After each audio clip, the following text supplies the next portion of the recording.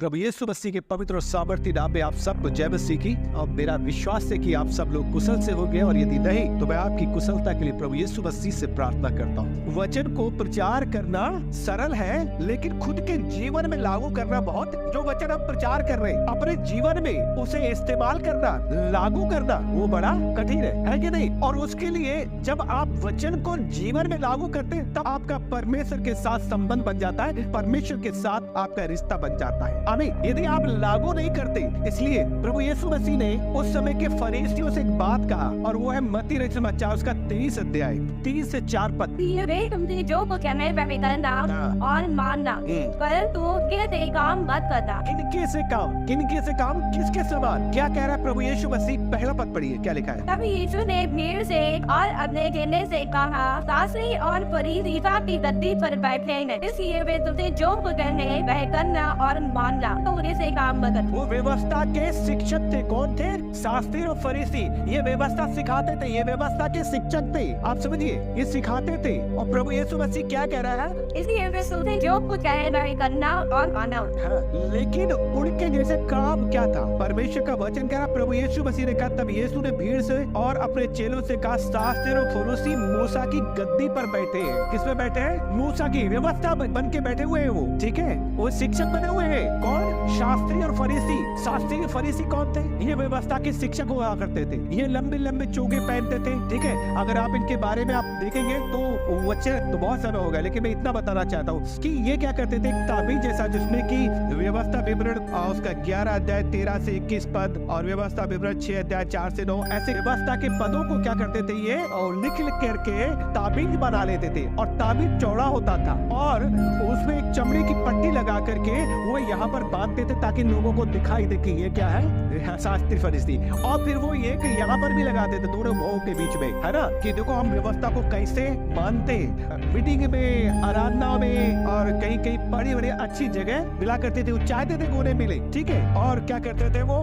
इसलिए वे तुझे कुछ कहे करना और मानना, परंतु उन्हीं काम मत करना। लेकिन यीशु मसीह क्या कह रहे हैं कि वो व्यवस्था के शिक्षक है, शास्त्री फरीसी मूसा की गद्दी बैठे, क्या करना? की करना और मानना। एक बात बताया कि इसलिए, परंतु उनके से काम है, इसलिए वे तुमसे जो कुछ कहे वही करना, जो तुमसे कहे वो करना, लेकिन उनके से काम मत करना। उनके से काम, किनके से काम? शास्त्री और फरीसी के जैसे काम उनके काम नहीं थे। जो प्रभु यीशु मसीह ने उनके जीवन में देखा कि वो बोलते तो बहुत थे, लेकिन उनके जीवन में वो काम नहीं था। और इसलिए वो यहाँ पर कह रहा है क्या? क्योंकि वे कहते हैं पर करते नहीं। क्योंकि वो कहते हैं पर करते नहीं है। हाँ, वे एक ऐसे भारी बोझ को उठाना कठिन है, बांध कर उन्हें मनुष्यों के कंधों पर रखते हैं। व्यवस्था बना करके मनुष्य के कंधे में तुम्हें ये करना है तो करना ही है। व्यवस्था के द्वारा वो धर्मी बनना चाहते थे, और ऐसे ही बताते कि भैया तुम ये करो तब तुम धर्मी बनोगे, ठीक है। क्या करते थे? लिखा है, वे एक ऐसे भारी बोझ को इनको उठाना कठिन है, बांध कर उन्हें मनुष्यों के कंधों पर रखते हैं, परंतु स्वयं उसे अपनी उंगली से भी सरकाना नहीं आता। ठीक है। प्रचार अच्छा कर रहे हो, उपदेश अच्छा कर रहे हैं, सब कुछ बढ़िया कर रहे हैं। प्रभु कह रहा है कि वो बोझ बना के लोगों के सर में लगे, लेकिन खुद उंगली से टच भी नहीं करते। ये वही लोग हैं। तभी मैं कह रहे हैं कि जब जीवन में लागू करने की बात आती है तब कठिन होता है। हम अच्छा प्रचार कर सकते, हम अच्छी बातें बता सकते, लेकिन जब खुद के जीवन में लागू करने की बात आती है तब नहीं करते। और यही शास्त्री फरीसी करते थे, और इसलिए प्रभु ने उनकी भर्त्सना की। उसने कहा, तुम इतना बड़ी बोझ बना के मनुष्य पर लाद देते हो और खुद उसे उंगली से टच भी नहीं करते, छूते भी नहीं। और ऐसे ही कई विश्वासी हैं, ऐसे कई मसीह लोग हैं जो वचन को सीखते हैं, जानते हैं, अच्छा बात बोल सकते हैं, अच्छे बता सकते हैं, लेकिन जब जीवन में खुद के लागू की, भाई जैसे कहा नम्र बनो, अभी हम सुन रहे थे नम्र बनने की बात, तो हम नम्र बनने के लिए हमें बहुत मुश्किल होता है, दीन बनने के लिए हमें बहुत मुश्किल होता है। जहाँ क्षमा की बात आती है तो एक दूसरे को क्षमा करना हमें बड़ा कठिन होता है, हम क्षमा नहीं कर पाते। क्यों? इसी को कहते हैं कि क्या वो उपदेश दे सकते, प्रचार अच्छा कर सकते, लेकिन जब जीवन में लागू करने की बात आती है तब बड़ा मुश्किल होता है। और प्रभु ने यही बात फरीसियों के लिए कही, और इसका 25 पद पढ़े, क्या लिखा है? एक कपटी साथियों और फरियों तुम पर खाए, तुम कटोरे और खाने को से तो मानते हो, परंतु वे भीतर अंधेर और असंयम से भरे हुए हैं। क्या करते हो? ऊपर से मांजते हो थाली और कटोरी को, ऊपर से। हम ऊपर से अच्छे दिख सकते हैं, हम ऊपर से अच्छे गुरु हो सकते हैं, तो क्या अंदर से ऐसे गुरु है? हम ऊपर से मांज सकते हैं, लेकिन अंदर से सफा नहीं है। वचन कह रहा तुम पर हाय, क्योंकि तुम भारी बोझ के लोगों पर रखते हो, लेकिन खुद उंगली से अपने जीवन में लागू नहीं करते। हालेलुया। तो तो प्रचार करना इजी है, यहाँ पे खड़े होकर के भी बोल सकते हैं, कहीं मीटिंग में भी बोल सकते हैं आप, लेकिन जब वचन कहता है लागू करो अपने जीवन में, तब हमारे लिए मुश्किल होगा, क्योंकि हम बदलना नहीं। अगली बात लागू करने की बात बता रहा हूँ मैं आपको। कटोरे और पानी को उत्तर से मान में बाहर से पहले अंदर से गंदगी दूर कर, क्या कर, अंदर से गंदगी दूर कर। तेरे अंदर जो गंदगी है तब बाहर के रूप का देखना पड़ेगा, क्योंकि मनुष्य का देखना और परमेश्वर का देखने में बहुत अंतर है। पहले अंदर से साफ करना पड़ेगा, गंदगी कहाँ है, अंदर, तब बाहरी रूप साफ होगा। एक और बात मैं आपके लिए पढ़ना चाहूंगा, और वो है मत्ती सुसमाचार उसका 14 अध्याय और 14 से 16 पद तक पढ़िए। बड़ी भीड़ देखी और उन पर तरस आया और उनके बीमारों को चंगा किया। तब शांत हुई तो उसके चेले ने उसके पास आकर कहा, यह सुनसान जगह है और देर हो रही है, लोगों को विदा किया जाए कि वे बस्तियों में जाकर अपने भोजन भूल लें। पर यीशु ने उनसे कहा, उनका जाना आवश्यक नहीं, तुम्हें इन्हें खाने को दो। हालेलुया। आप समझिए, प्रभु यीशु मसीह लोगों को प्रचार कर रहे हैं, चंगाइयाँ दे रहे हैं, सब कुछ बात आ रही है, चंगाइयाँ मिल रही है। अब प्रभु के पास चेले आए और कह रहे हैं संध्या हो गई है, इतनी बड़ी 5000 से लगभग ऊपर भीड़ है, इनको विदा करके गाँव से जाए, कहीं से अपने लिए भोजन लेकर के आए। वो प्रभु से आके बता रहे, प्रभु यीशु मसीह ने उनसे एक बात कहा, तुम्हें इन्हें भोजन दो, तुम्हें इन्हें दो। जब बात आती है अपने ऊपर तब बहुत मुश्किल, इसे कहते हैं लागू करना। हम सुन सकते हैं, बता सकते हैं, लेकिन जीवन में लागू करने की बात है। एक अच्छा उपदेश दे सकते हैं, लेकिन जब जीवन में कहा नहीं तुम्हें करना इसको, तब मुश्किल है। प्रभु यीशु मसीह ने कहा तुम्हें इन्हें खाने को दो, अपने जीवन में तुम बदलो ना, पहले अपने जीवन में लागू करो। हालेलुया।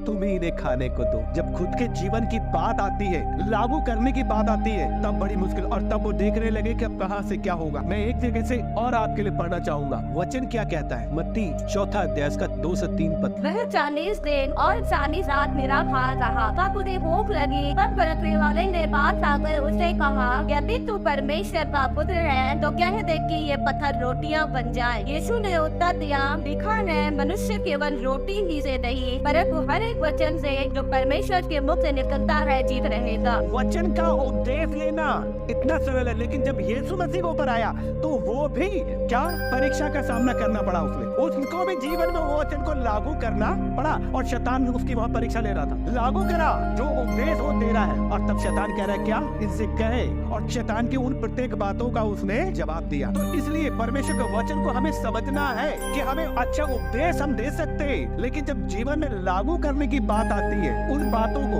तो हमारे लिए सबसे बड़ी समस्या खड़ी हो जाती है। देखिए, जब आप वचन को अपने जीवन में लागू करते हैं, है ना, आप उपदेश दे सकते हैं, लेकिन जीवन में लागू जब तक नहीं करेंगे, आप कैसे आशीषित हो जाएंगे। एक अच्छे प्रचार करना ही, एक अच्छा संदेश देना ही काफी नहीं है, उस वचन को खुद के जीवन में भी लागू करना पड़ेगा जो आप बोल रहे हैं। जब यीशु ने प्रचार किया, जब यीशु ने बोला, तो शैतान उसे कंगूरे पे ले गया, और उसने उस बात को, जब क्योंकि वो अपने जीवन में लागू करता था, और तब उसे उसका सामना किया और उसकी बातों का जवाब दिया। आप तभी उसका सामना कर सकते हैं, तभी शैतान की बातों का जवाब दे सकते हैं, जब वचन को आप अपने जीवन में लागू। इसलिए वचन कहता है, केवल सुनने वाले ही मत बनो, वरन उस पर चलने वाले भी बनो। हालेलुया। क्योंकि वो उस व्यक्ति के समान है जो अपना मुंह दर्पण में देखता और फिर भूल जाता कि कैसा था। क्या हम वचन को अपने जीवन में लागू कर रहे हैं? कैसे लागू कर रहे हैं अपने जीवन में? खाली सुनने जा रहे हैं, हर रोज आकर के हम यहाँ त्योहार में बैठते हैं, शाम की प्रार्थना होती है, उसे सुनते भी है, सुन के क्या कर दिया है, लिखा वो मेरे लोगों को ऐसे खा जाते हैं जैसे रोटी, फिर भी मेरा नाम नहीं लेते। यदि आप वचन को सुनते हो तो क्या वचन इसलिए है कि आप केवल सुनते ही रहो? वचन इसलिए है कि आप उसे अपने जीवन में लागू करो। हालेलुया।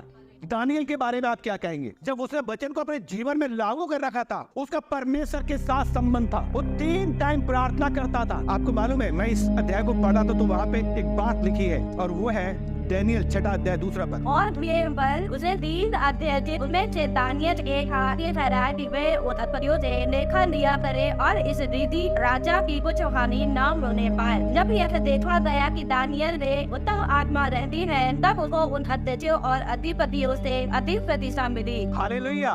दानियल का अपने परमेश्वर के साथ एक अच्छा संबंध था। वचन में लिखा है कि जब ये देखा गया कि दानियल में पवित्र परमेश्वर की आत्मा रहती है, क्योंकि जो दानियल करता था वो आशीषित होता था, क्योंकि उसका परमेश्वर के साथ संबंध था, क्योंकि वो वचन को, परमेश्वर की बातों को अपने जीवन में लागू करता था, और इसलिए उसके अंदर उत्तम आत्मा अर्थात परमेश्वर का आत्मा रहता था। जब ये देखा गया, वचन ये कह रहा है कैसा संबंध था दानियल का आपका आपके परमेश्वर के साथ कैसा संबंध है, क्योंकि उसने कहा है मैं दाखलता हूँ और तुम डालिया हो, जो मुझ में बना रहता वही फलवंत होता है। हालेलुया।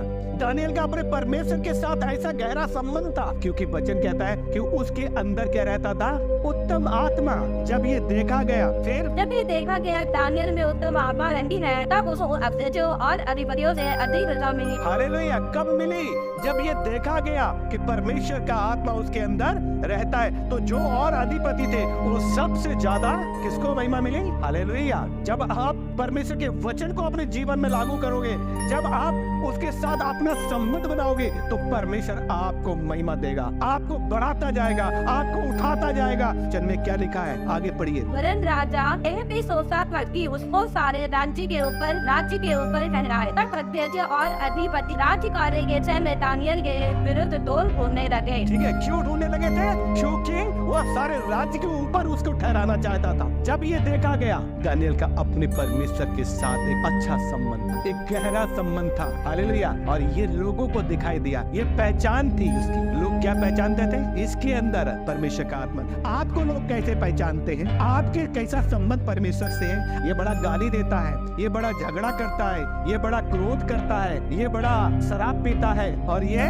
गांव में इसको इस नाम से जाना जाता है। दानियल की पहचान क्या थी? यह देखा गया, लोगों ने देखा कि इसके अंदर उत्तम परमेश्वर का, पवित्र परमेश्वर की आत्मा रहती। ये उसकी पहचान थी। किसकी? आपकी पहचान कैसी? आपकी पहचान तब बदलेगी जब आपका परमेश्वर के साथ अच्छा संबंध, नजदीकी का संबंध, और संबंध तब होगा जब आप वचन को अपने जीवन में लागू करेंगे। खाली सुन के बात नहीं बनेगा, खाली सुना के बात नहीं बनेगा। आमीन, हालेलुया। और वचन में इसलिए लिखा है कि उसकी पहचान थी परमेश्वर के साथ। उसने अपनी पहचान बना रखी थी, लोग जानते थे उसको किस नाम से? इसके अंदर परमेश्वर का उत्तम आत्मा। ऐसी पहचान थी, लोग इस नाम से जानते थे। अरे ये वो दानियल है, वो दानियल जिसके अंदर उत्तम परमेश्वर का आत्मा है। आज लोग क्या, अरे ये वो जो विश्वासी है, वो जो मसीह है। ऐसी हमारी पहचान कैसी है? हमें लोग कैसे जानते हैं? हमारे गांव में, हमारे शहर में, हमारे पड़ोस में, हमारे घर में। हालेलुया। दानियल ने तो अपनी पहचान बना ली थी, क्योंकि परमेश्वर के साथ उसका गहरा संबंध था। आमीन। आपकी पहचान कैसी है? हालेलुया। देखिए, परमेश्वर का वचन कहता है ना, मत्ती 5 अध्याय का 16 पद। उसी प्रकार उजियाला मनुष्य के सामने चमके, वे तुम्हारे भले कामों को देखकर तुम्हारे पिता की जो स्वर्ग में है बड़ाई करे। हालेलुया। उसी प्रकार तुम्हारा उजियाला भी कैसा चमके? कि वे तुम्हारे भले कामों को देखकर। जैसे दानियल कामों को देखकर लोग कहते थे इसके अंदर उत्तम आत्मा है। आपके भले कामों को देख करके क्या हो? वचन क्या कह रहा है? तुम्हारे भले कामों को देखकर तुम्हारे पिता जो स्वर्ग में है बड़ाई करे। हालेलुया। लोग तुम्हारे भले कामों को देख के, आज हमारे भले काम क्या हो रहे हैं? हम तो बुराइयां कर रहे हैं, हम तो चुगलियां कर रहे हैं, हम तो झगड़े कर रहे हैं, हम तो दारू पी रहे हैं, हम तो गलत काम कर रहे हैं, है ना? हम दंगे फसाद कर रहे हैं, हम बुराइयां कर रहे हैं। यही हो रहा है ना? कैसे पहचान बनना? लिखा तुम्हारे भले काम को। हमारे काम कैसे होने चाहिए? भले काम। तुम्हारे भले कामों को देख के तुम्हारे पिता की जो स्वर्ग में बड़ाई करे। हालेलुया। लोग बढ़ाई करेंगे। एक पद और पढ़ दीजिए, यूहन्ना 14 अध्याय 20 पद। उस दिन जानोगे कि मैं अपने पिता में हूँ और तुम मुझ में और मैं तुम में। जब हम ऐसा करेंगे, परमेश्वर का वचन कहता है क्या? उस दिन तुम जानोगे मैं अपने पिता में हूँ और तुम मुझ में हो और मैं तुम में हूँ। हालेलुया।